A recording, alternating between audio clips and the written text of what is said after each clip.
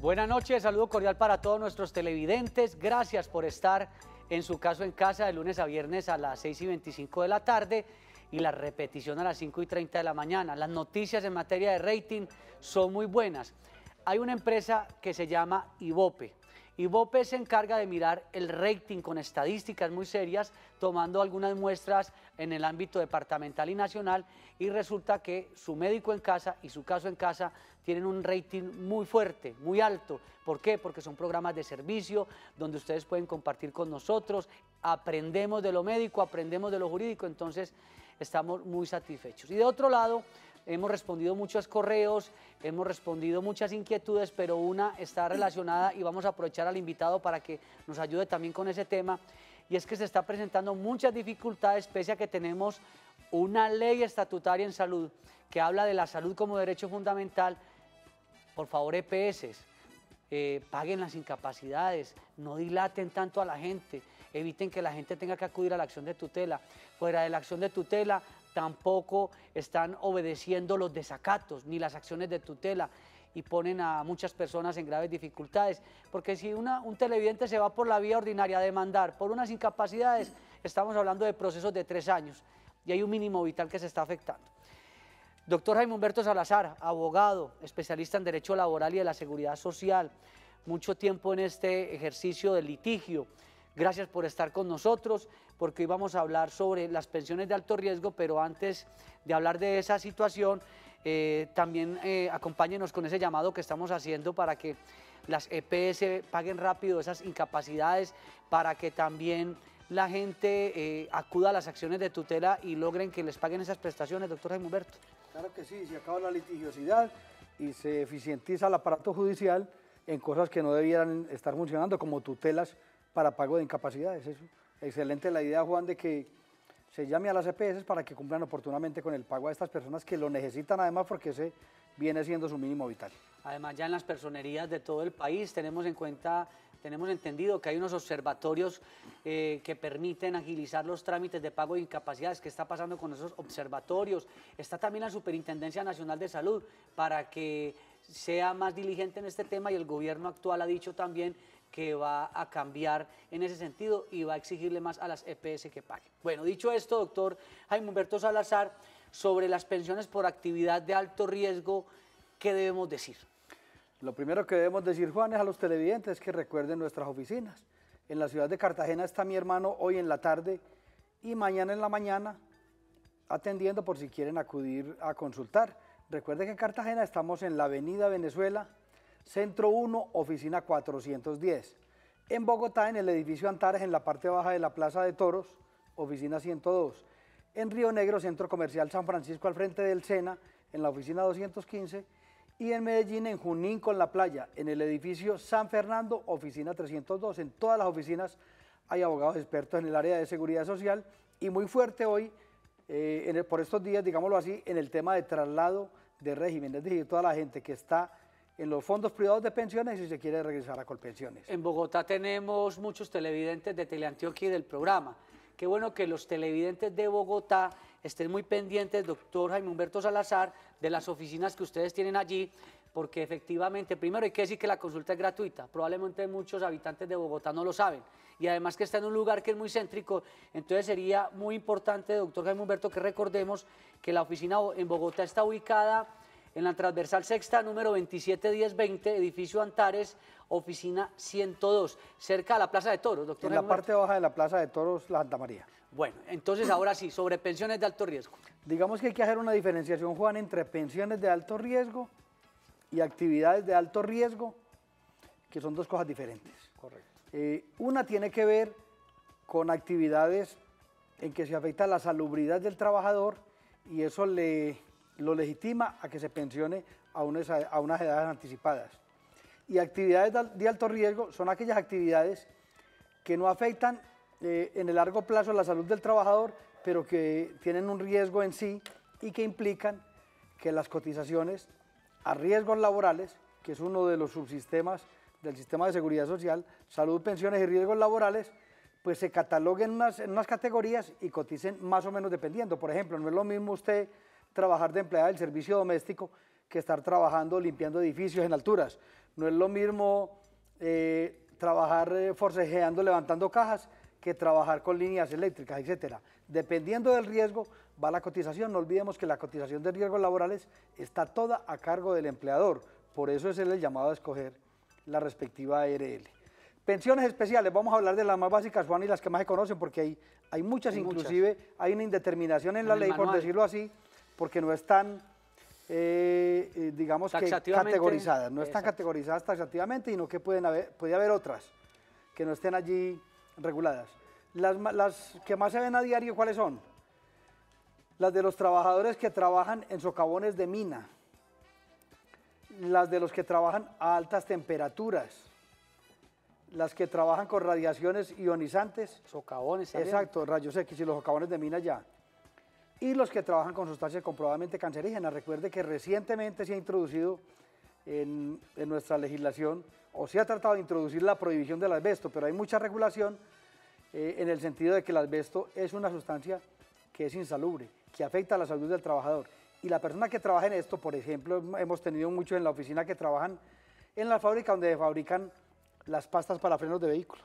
Eso es con asbesto, y esta gente, como está permanentemente expuesta al riesgo del contacto con él, pues tiene o puede tener pensión de alto riesgo. ¿Cuál es el beneficio? Pues el beneficio es que la gente se pensiona a unas edades inferiores de las que se pensionaría a edad normal, es decir, con o sin régimen de transición. Inicialmente en el decreto 1281 del 94 se mantenía la regulación que había en el decreto que existía antes de la ICIEN, que es el 758 de 1990, y se establecían una edad mínima como rasero, y de ahí se iba descontando, con un tope mínimo de semanas. Por cada 50 semanas adicionales a esas, se le iba descontando un año hasta llegar a una edad mínima de 50 años. Posteriormente esto fue modificado por el decreto 2090 del año 2003, que estableció unos parámetros distintos para el otorgamiento de la prestación, de los que enseguida vamos a hablar. Vamos a atender entonces televidentes, luego de usted dar esta explicación, porque una cosa es la pensión por actividades de alto riesgo y otra cosa es actividades peligrosas. Eso hay que tenerlo muy en cuenta. Además, por eso hay un manual de riesgos profesionales, de riesgos laborales, que eso después nos ayuda con eso, doctor Jaime Humberto. María Zapata desde Villa Sofía, muy buenas noches. Muy buenas noches. Gracias por estar con nosotros. Sí, muchas gracias, Bea. Yo me voy a salir un poquito del tema, ¿sí? Bien, pueda. Porque se trata de que mi esposo trabajó en la policía y hace por ahí unos 35 años fue retirado de la policía.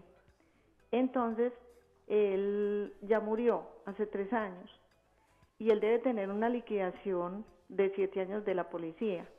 ¿Será que eso se pierde o se puede reclamar? ¿Una liquidación de prestaciones o de los aportes que hizo? De prestaciones. No, la liquidación de prestaciones prescribió hace muchos años. Claro. Recuerde que cuando usted sale de una entidad de estas, tiene 2 o 3 años, dependiendo de la categoría que usted tenga como trabajador, para hacer la reclamación respectiva de prestaciones sociales. Si su esposo en ese momento no la reclamó, ya no hay nada que hacer. Recuerde que el transcurso del tiempo afecta a la exigibilidad de los derechos, que es lo que nosotros llamamos la prescripción de los derechos. Lo único que no prescribe es el tema relacionado con la seguridad social, el tema pensional, por ejemplo. Pues, por ejemplo, el reajuste de mesadas pensionales no prescribe, pues porque la pensión es un derecho como tal imprescriptible. Solamente prescriben las mesadas que usted dejó de recibir en determinado tiempo por no haber reclamado oportunamente su derecho. Doctor Jaime Humberto, ¿qué entonces puedo hacer un derecho de petición. Según lo que usted nos manifieste y lo que acaba de explicar el doctor Jaime Humberto, el tiempo para usted reclamar ya hace rato pasó, o es lo que por lo menos entendimos. Pues escríbale, vea, la experiencia que hemos tenido en nuestra oficina con estos temas de tantos años, Juan, es que las personas sí reclamaron las prestaciones. Pues difícilmente cuando usted se va de una empresa deja de recibir las prestaciones sociales. Entonces mejor que le escriba a la entidad para que allí le indiquen si lo liquidaron o no lo liquidaron, que esa información ellos la deben mantener guardadita, pues microfilmada o asegurada en algún medio magnético, y se la envían y ya usted puede quedar tranquila. Pero la experiencia por lo general es que sí les entregan sus derechos prestacionales, solamente que no se acuerdan porque son hace muchos años. Y buena la idea que usted nos plantea, doctor Jaime Humberto. Para esos derechos de petición pueden acudir de manera gratuita a las personerías, a las defensorías del pueblo. Allí hay unos abogados que prestan esta cooperación para que no tenga nuestra televidente que gastar en ese tipo de temas. Hay unos casos ahí curiosos de detectives del DAS que ejercían inteligencia y que no los registraban pues, por razones obvias. No podían estar registrados como tal en la institución porque cumplían unas funciones claro, pues, obviamente de inteligencia. muy delicadas. Entonces, esa gente se le está complicando enormemente la obtención de la pensión, porque es que no hay forma de conseguir. Y probar un tiempo de servicios con prueba testimonial, Diego, que sucedió hace 30 o 40 años es supremamente difícil, pero también hemos visto eso recientemente. Vamos con televidente en Bogotá. Don Jesús, buenas noches.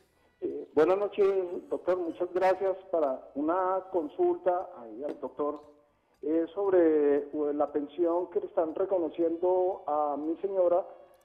La pensión fue reconocida en septiembre del 2011, pero el pasado mes de julio de este año le enviaron una comunicación de Colpensiones en la cual le indicaba que en el año 2009 había adquirido el derecho a la pensión, pero que en ese momento tenía 3.1 de 3 salarios mínimos, por lo cual no tiene derecho a la mesada 14.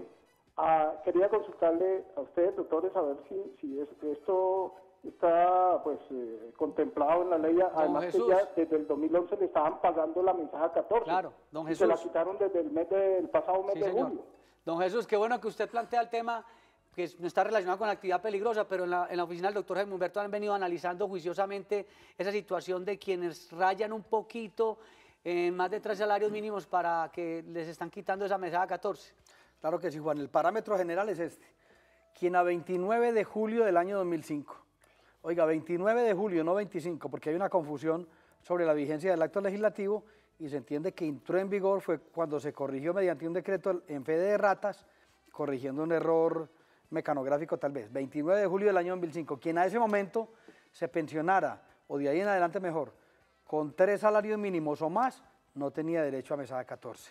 Ese mismo acto legislativo dijo que esta mesada 14 se mantendría para el resto de pensionados en Colombia, o los que pensionaban de ahí en adelante, y hasta el 31 de julio del año 2011.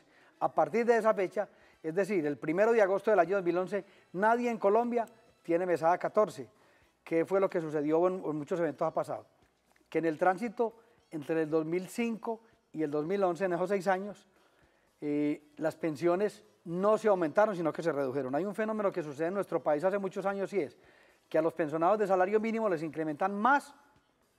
Por razón del costo de vida. Exacto, que a los que tienen una pensión superior. Más generosa. Exacto, entonces a los del mínimo les incrementan el 6 y a los demás del mínimo el 4. Ajá. Usted todos los años va perdiendo 2 o 3 puntos, sí, entonces todos los años la pensión va en retroceso. Eso que permitió que entonces, en algunos casos, personas que arrancaron con más de 3 salarios mínimos, un poco más, 20, 30 mil pesos, al cabo de esos 6 años, esa pensión se les redujo y terminó que antes del 31 de julio del año 2011 ya venían devengando menos de 3 salarios mínimos. Esos casos precisos y específicos tienen salida, nosotros los estamos tramitando y tenemos una interpretación sobre el acto legislativo. Ya si la pensión se causó después del 31 de julio de 2011, pueden ser 1.000 pesos más de diferencia o 500 pesos y no hay nada que hacer, porque ahí está ante el acto legislativo y todas las decisiones de Consejo de Estado, de Corte Constitucional y de Corte Suprema nos han venido diciendo, o mejor dicho, nos han obligado a que acatemos el acto legislativo prácticamente en los términos en que fue redactado, sin interpretaciones más favorables que lo que pretendemos algunas veces nosotros los abogados. Entonces, 31 de julio de 2011, más de 3 mínimos, no hay nada que hacer. Si la pensión se le redujo entre el 2005 y en el 2011 arrancó con más de 3 mínimos y al 2011 terminó con menos de 3 mínimos, creo que hay una salida y se podría acercar por la oficina que ya le indicaremos qué es lo que podemos hacer. Claro, en Bogotá, recuerde que estemos en el edificio Antares, la semana entrante debo ir a Bogotá por ahí el miércoles, por si quieren acudir y allí también los atenderé. Pero de todas maneras vaya que hasta la doctora Claudia Restrepo, que también es experta en el área de seguridad social y ella lo atiende y le explica qué podemos hacer con su caso. Al doctor Jaime, que le gusta dar esas peleas jurídicas, es bueno golpear la roca para lograr entonces hacer cambios importantes. El tema de ese acto legislativo no tiene discusión, no podemos hablar ya de derecho adquirido porque allí eso, ya usted dijo, no hay nada que hacer, pero sí se puede examinar qué tanto se ha reducido el aumento salarial para de pronto por ahí dar la pelea. Vamos entonces... Claro, de hecho, por todas las interpretaciones que traían las altas cortes sobre qué es derecho adquirido, qué es derecho en vía consolidación, qué es expectativa legítima, el acto legislativo nos dejó claro qué es un derecho adquirido. Es cuando se reúnen los requisitos legales para acceder a él. Edad y semanas. Y listo. O edad y tiempo de servicio si se trataba, por ejemplo, de un empleado público. Y aquí como hubo un error, entonces ya hay que revisar ese tema. Don Gustavo, desde el departamento del Cesar, muy buenas noches. Muy buenas noches. ¿Cómo les va? Muy bien, gracias. Bueno, Bien, pueda continúe su pregunta, su aporte. bueno, más que todo porque soy trabajador del sector carbonífero en el Correcto. centro del Cesar. Y de verdad que el tema que están tocando ahí es muy importante y muy relevante, ya que nosotros como del sector minero, de minería a cielo abierto, estamos excluidos frente a ese decreto. Claro. Entonces, pero sí hacemos parte, estamos en nivel 5, pero no nos cobija eso. ¿Qué hacer y cómo posiblemente podríamos reclamar ese tipo de pensión? Porque tengo entendido que demostrando se puede llegar a obtener la pensión por riesgo. Podría haber una conexidad, doctor Jaime Humberto, en lo que plantea el televidente, por conexidad buscar acomodar, si se puede decir de una forma coloquial, demostrar que ellos están en actividades no solamente peligrosas, sino de alto riesgo. Yo creo que sí, Juan, lo que pasa es que hay que demostrar, digamos que médicamente, esa afectación a la salud. Yo me cuestionaba mucho porque en alguna vez nosotros tuvimos unas asesorías por ahí en el Cerrejón y uno se queda aterrado, pues la gente no está trabajando, digamos que en un socavón de una mina, pero en una cosa que miedo, o sea, le digo que la llanta de una volqueta de esas Claro. son como 4 metros Sí, y eso carga como 200 toneladas. Entonces la gente que está ahí metida dentro de todos esos huecos, Claro. yo pienso que también está aspersando partículas que le pueden producir esa afectación a la salud. Eso se llama, se me da el nombre técnico en este momento, bueno, pero en todo caso son partículas que entran a los pulmones de carbón. Como Yo pi- ocurre con la silicosis que llaman, sí, que- con quienes manejan el tema del vidrio. no, Unas partículas Y y eso. silice, claro, los de esta mina de Subicol, muy famosa aquí en el sur de Corona. Esa gente ahí se ha pensionado cantidad de gente por aspersar partículas de silice que le producen la ok. silicosis. Entonces los de esta mina, a pesar de que no estén en el socavón, yo creo que sí. Lo que pasa es que habría que demostrar qué tanta afectación a la salud le está produciendo trabajar allí y tendría que ser, pues obviamente, personas que estén ahí en contacto permanente con el material, no. Los volqueteros, los paleros, los que manejan la retro, etcétera. Toda esta gente yo creo que podría tener alguna afectación y habría que demostrarlo.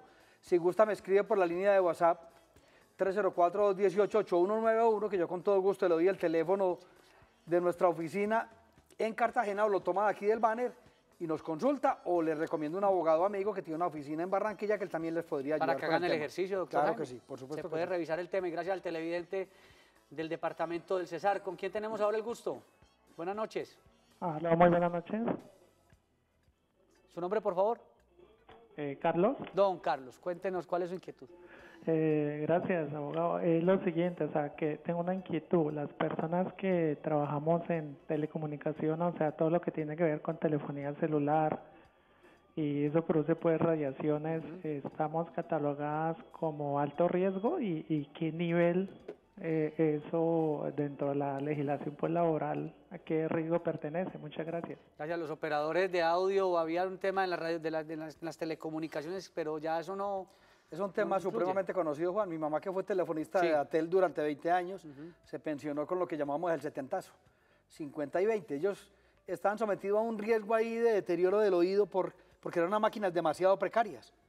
Entonces obtuvieron pensión, digamos que a más bajas edades, pero eso ya desapareció con la tecnología.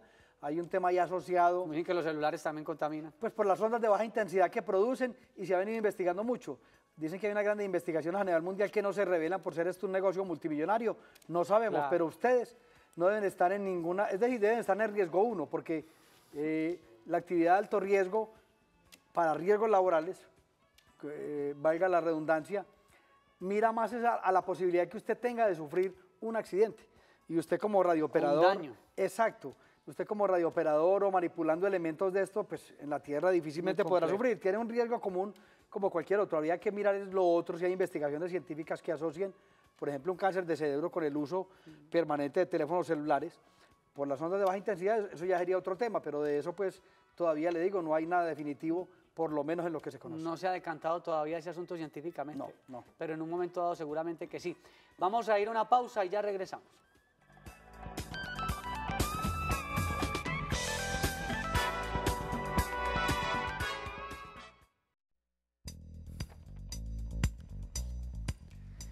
Para ubicar las oficinas del doctor Jaime Humberto Salazar, lo pueden hacer en Antioquia, en Medellín, en la carrera 49, número 5058, edificio San Fernando, oficina 302, teléfono 513-8930. En Río Negro, carrera 48, número 5055, Centro Comercial San Francisco, oficina 215. Línea de WhatsApp, solamente para enviar mensajes, 304-218-8191. En Bogotá se encuentra la oficina ubicada en la transversal sexta, número 271020, edificio Antares, oficina 102. Y en Cartagena, avenida Venezuela 844, Centro Comercial 1, local 410. Y aspectos importantes para tener en cuenta sobre las pensiones por actividades de alto riesgo. Vamos a tomar nota. Bueno, la pensión especial de vejez por actividad de alto riesgo es la prestación económica vitalicia que el sistema de seguridad social consagra en beneficio de aquellos trabajadores cuyas labores implican o bien el retiro prematuro o afectan de tal forma su expectativa de vida saludable que han sido expresamente catalogadas como altamente riesgosas. El beneficio de la pensión de vejez por actividad de alto riesgo consiste en flexibilizar el requisito de edad pensional, siempre que se acredite el mínimo legal de semanas y cotizaciones especiales. Doctor Jaime Humberto Salazar, quería detenerme en un tema, y es, hay actividades peligrosas y actividades de alto riesgo. Las actividades de alto riesgo, ya usted lo ha manifestado, el tema de socavones, enfermedades donde se puedan producir enfermedades cancerígenas, y actividades peligrosas, quienes trabajan en alturas, por ejemplo.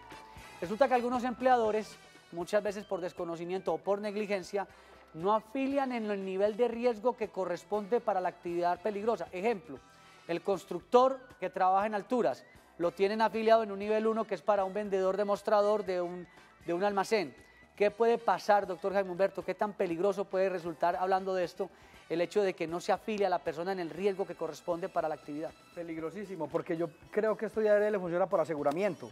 Y cuando usted asegura un riesgo y le ocurre otro, entonces la ARL, que funciona como aseguradora, le puede decir: no, señor empleador, vea, pague usted esa prestación porque usted me lo aseguró por esto y él sufre este otro. Gravísimo. Eso es el peor error que pueda cometer un empleador. Al trabajador hay que afiliarlo en el riesgo en el que esté, así sea riesgo 4, riesgo el que sea. ¿Por qué, Juan? ¿Qué tiene que ser? Exacto, además porque es que la cotización de riesgo laboral es una cotización pequeña, sí, no es una cotización tan grande como la de pensión, entonces no debieran someterse a un riesgo tan grande, y valga la redundancia, de asumir una prestación innecesariamente. Y supongamos este escenario, no lo tienen afiliado en el riesgo que es.